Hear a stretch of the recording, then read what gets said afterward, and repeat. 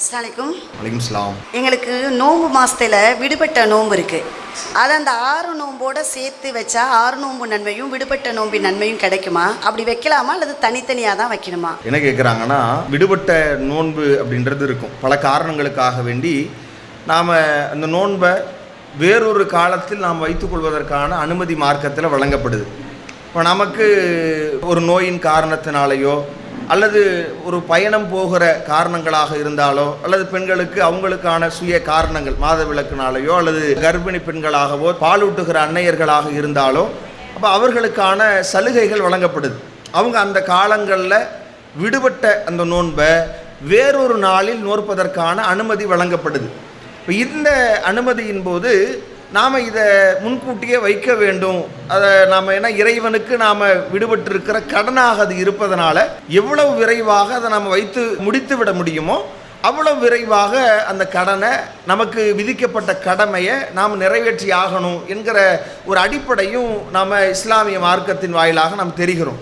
இப்போ இதில் என்ன கேள்வினா, இந்த நோன்பை நமக்கு சுன்னத்தாக சொல்லித்தரப்பட்டிருக்கிற அந்த நோன்போடு சேர்த்து வைத்து இரட்டை நன்மைகள் அப்படியே அடைந்து கொள்ளலாமா என்கிற கேள்வி எழுப்புறாங்க. இப்போ 6 நோன்பு வைக்கணும்ல, சவால் மாதத்தை பொறுத்தவரை அதில் நாம் ஒரு 6 நோன்பு வைப்பது என்பது பெரும் நன்மையை அல்லாஹ்வுடைய தூதர் சஹீஹ் முஸ்லீமில் இடம்பெறுகிற செய்தியில் சொல்லித்தராங்க. இப்போ அந்த அடிப்படையில் அந்த 6 நோன்பையும் இந்த நாம் விடுபட்ட நோன்பையும் சேர்த்து கணக்கிடலாமான்னு அப்படி முடியாது. எந்த ஒரு நன்மையான காரியத்தையுமே அதற்கான நன்மைகள், இப்போ நாம் விடுபட்ட நோன்பு என்பது நமக்கு கடமையான நோன்பு, அதற்கான தனித்த சட்டங்கள் இருக்கிறது, அதற்கான பல வழிகாட்டுதல்கள் இருக்கிறது.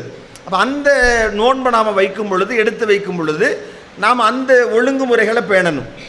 இப்போ சுன்னத்தான நோன்பை பொறுத்தவரை அதற்கு நாம் அதை முடிவு செய்வது என்பது எப்போ வேணாலும் ஒரு முடிவு செய்யலாம். நாம் விடிந்த பிறகும் கூட நாம் எதுவுமே சாப்பிடாமல் இருக்கிறோன்னு வைங்களேன், வீட்டில் சாப்பாடு ஆக்கலை, சரி நம்ம ஓகே தான், நம்ம கண்டினியூ பண்ணலான்னா நாம் அப்படியே அந்த நோன்பை உபரியான நோன்புகளை பொறுத்தவரை அப்படி கூட நாம் தொடர முடியும். ஆனால் ஃபர்லான நோன்புகளுக்கு சில ஒழுங்குமுறைகள் அதை நாம் முன்னாடியே தீர்மானிக்கணும் என்கிற மாதிரியான அடிப்படைகள்லாம் சொல்லித்தரப்படுகிறது. அப்போ இரண்டிற்கும் பல அடிப்படைகளில் சில வித்தியாசங்கள் இருக்குது. அப்போ அந்த அடிப்படையில் நாம் தனித்தனியாகத்தான் அந்த மாதத்தில் நாம் விடுபட்ட நோன்புகளை வைத்துக் கொள்ளலாம்.